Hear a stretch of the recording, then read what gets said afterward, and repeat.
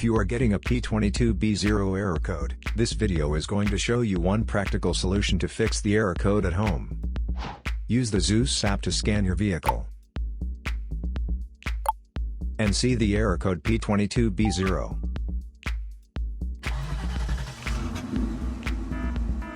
It means the powertrain control module has detected a failure of the sensor.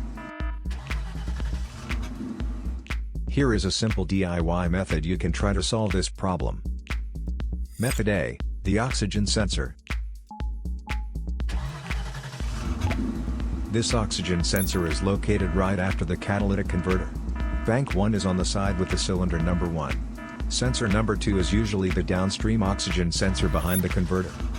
Visually check the oxygen sensor's electrical connections, wire harness, and metal tabs for any damages. If the damages are found, then replace the oxygen sensor. If there is no damage found on the oxygen sensor, you would need to take your car to consult professional mechanics. So here is one of the most practical solutions to fix the P22B0 error code. After the repair, you can now use the Zeus app to clear the error code. And tap the rescan button one more time to make sure everything is fine with your vehicle.